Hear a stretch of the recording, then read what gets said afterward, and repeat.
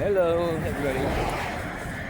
Getting kind of busy with traffic, and this road's usually not very busy, but it sure has been since I left Chillicothe.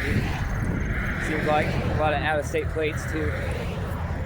But that's probably just my imagination. I don't think so. Anyway. I left Sodom and Gomorrah and I didn't look back. Therefore, I didn't turn to a pillar of salt. Thank goodness. I'm out on Highway 65 headed south. I'm almost about 9 miles south, nearing my dad's house, which is just up here on the left. You know, what would be a normal walk from or to and from town in the recent past would have been to go home to my tranquil retreat, as I've always called it. My dad's property and land, just got 20 acres. But he's one that recently put a restraining order on me because I had to get handsy with him to get the information about my identity and my life. In my 41 years, it's been nothing but a mystery for the last 4. As I've asked and begged and cried and bitched and moaned. Excuse me, this diesel's coming up louder than hell. About the truth.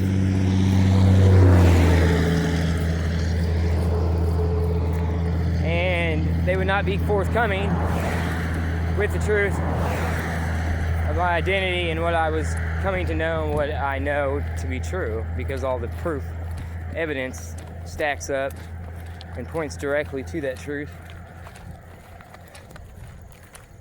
So my dad got a restraining order, which I think my sister prompted it. She's the one trying to steal my destiny and swap destinies with me. And I've been back in Chillicothe about 2 months, June, something like that, after I got back from Georgia, and hoping to come home to some destiny fulfillment and some recognition, but I still came home to a bunch of bullshit and games that I had to continue to play. Not to the full extent I've had to in the past, but I already had the truth. I just needed to get it from the horse's mouth, and I did. And that's what got the restraining order landed on me, which my sister took the reins, like she always does with my mom and my dad. The control freak, the narcissist of the family. She's got her nose in the air and thinks she's better. Or she's just playing a character in my story, but all this is for a purpose. And I wouldn't be walking out of town on a third journey to God knows where, Lord, wherever you want me to go. But I'm heading south because I don't like cold weather. So if I'm gonna walk anywhere, it's gonna be south. Where to? Hell, I don't know. I'm gonna walk by my dad's house. I might even camp out in Jason's field, I don't know. But I got limited water. I also got a friend of my dad's, Terry Singleton, up here on the right. I'm getting low on water, so I think I might stop there. But I'm gonna try to make it to Carrollton tonight, sleep on some concrete, unless she comes and rescues me. She knows who she is.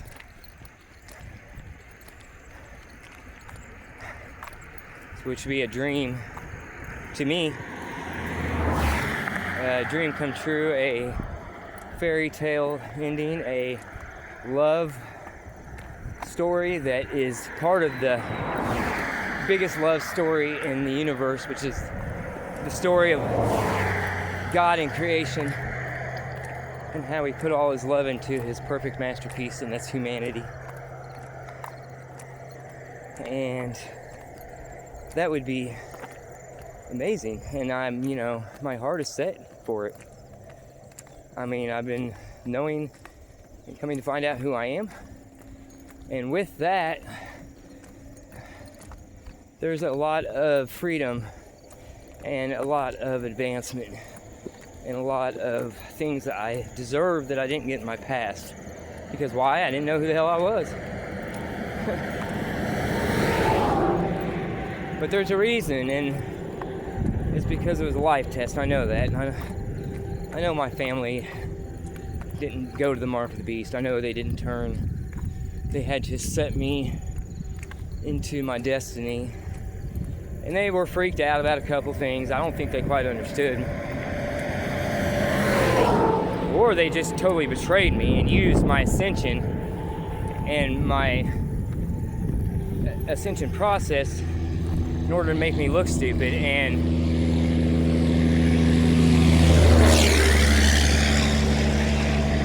try to discredit me. And they did all that, but it may have been an act, you know, and I was supposed to forgive them, and I do.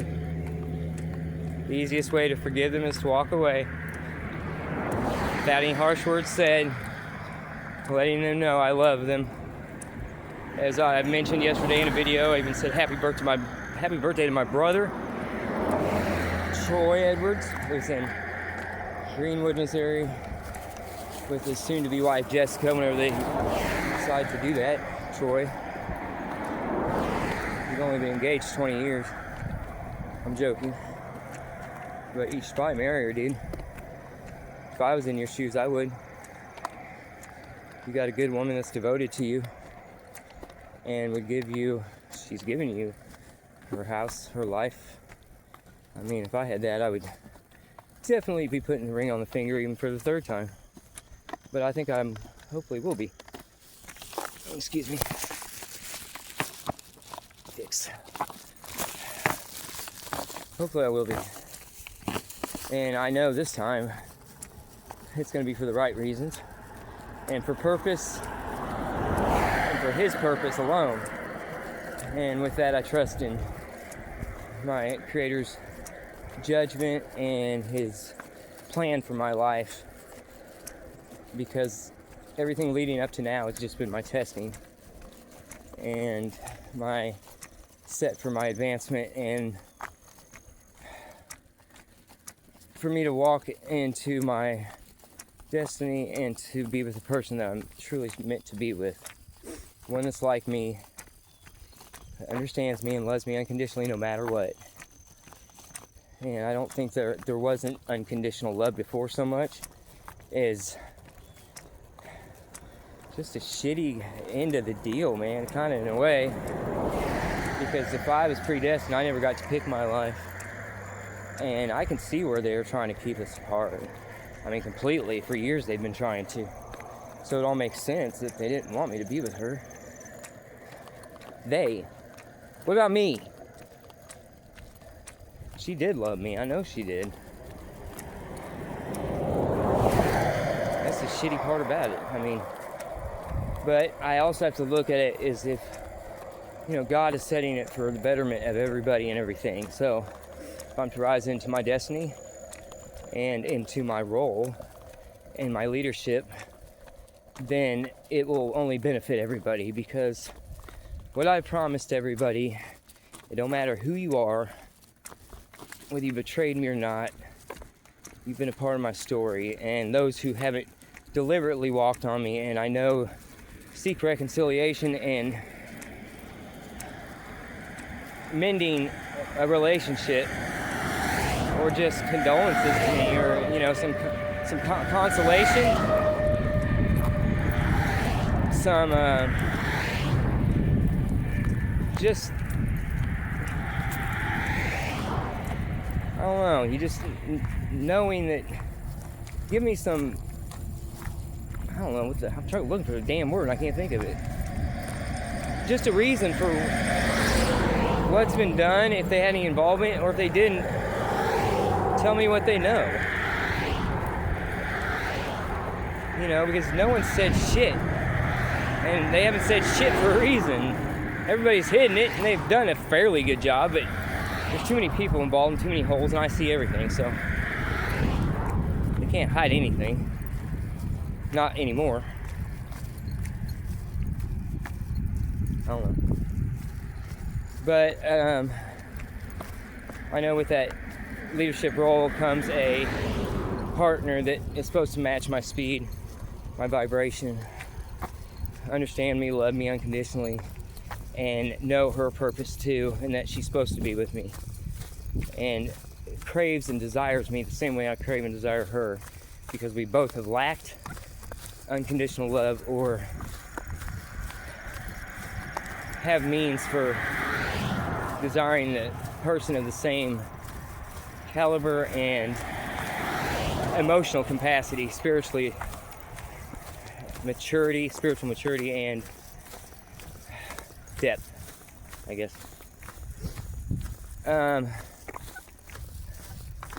But I'm walking past, about to hit my dad's gravel road here in a minute. Hi, Dad. Love you. I left Mom earlier. I left with no money. Mike, thank you. Mike Smith in Mexico. Thanks for the $80 you gave me the other night. Been spending it wisely. Mom somehow got me $40 in my account. But that'll go quick. And it's getting dark. I don't know where the hell I'm gonna sleep. Probably on the side of the road or in a field. Done it before. Underneath a bridge. Whatever works. Or maybe the girl of my dreams would roll up in a BMW or a Mercedes. Or a Ford. I don't give a shit. Just come get me, please. I'm done walking. I told you I was done. I meant it. Here I am walking again.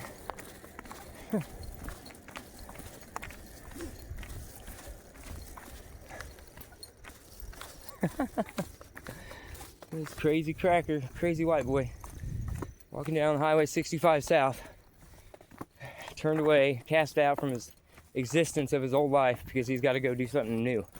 I get it, so let me have her. Let me have it. Let me do my will for God. Let Him work in my life. You know, I leave it all behind me. Everything new is new. I'm not looking for the same things. I'm not going for the past vices or the things that weren't negatory to my life, except for the way that socially people and society deem it. I use the things I've done responsibly, and I have used the things I had to use for trauma related to numb for a period of time, but I've never been overdone or let something take over me because I don't like not having control. I'm not a controlling person, but I like to have control of myself, and everybody should. And addiction or anything that you don't have self-control over is called gluttony. Gluttony is a sin.